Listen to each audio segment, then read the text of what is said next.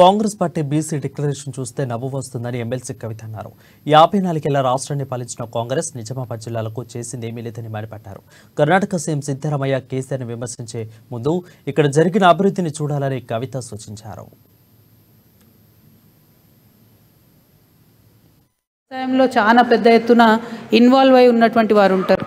చాలా పెద్ద ఎత్తున రైతు బంధుతోని లబ్ధి పొందుతున్నటువంటి కమ్యూనిటీస్లో, పెద్ద కమ్యూనిటీస్లో మున్నూరు కాపు కావచ్చు, యాదవ కావచ్చు, కురుమ కావచ్చు, గౌడ కులస్తులు కావచ్చు, చాలా పెద్ద ఎత్తున భూములు ఉన్నాయి మా జిల్లాలో. అందరూ కూడా సంతోషంగా చేసుకుంటున్నారు.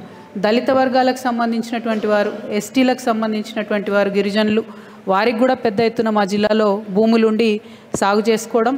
మొన్ననే పోడు భూములు ఇచ్చిన దాంట్లో కూడా పెద్ద ఎత్తున వారికి కూడా భూములు ఇవ్వడం జరిగింది. దాంతో సబ్బండ వర్గాలు సంతోషంగా ఉమ్మడి నిజామాబాద్ జిల్లాలో ఉన్నటువంటి సందర్భాన్ని మనం గమనించాలి. మరి ఈ సందర్భంలో ఇవాళ కామారెడ్డిలో మన గౌరవ ముఖ్యమంత్రి గారు పోటీ చేస్తూ ఉంటే ఉమ్మడి నిజామాబాద్ జిల్లా ప్రజలు సంతోషపడుతున్నారు. ఉమ్మడి నిజామాబాద్ జిల్లా దశ తిరగబోతూ ఉన్నది, దీని దిశ మారబోతూ ఉన్నది, అభివృద్ధిలో నంబర్ 1 అవ్వబోతూ ఉన్నది.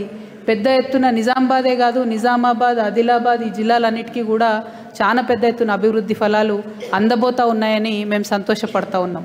మరి ఇటువంటి సందర్భంలో ఇవాళ పిసిసి అధ్యక్షులు రేవంత్ రెడ్డి గారు, అదేవిధంగా మన పక్క రాష్ట్రం కర్ణాటక ముఖ్యమంత్రి గారు సిద్ధరామయ్య గారు వచ్చి అదే కామారెడ్డిలో మరి పెద్ద మీటింగ్ పెట్టి బీసీల డిక్లరేషన్ అని చేయడం జరిగింది.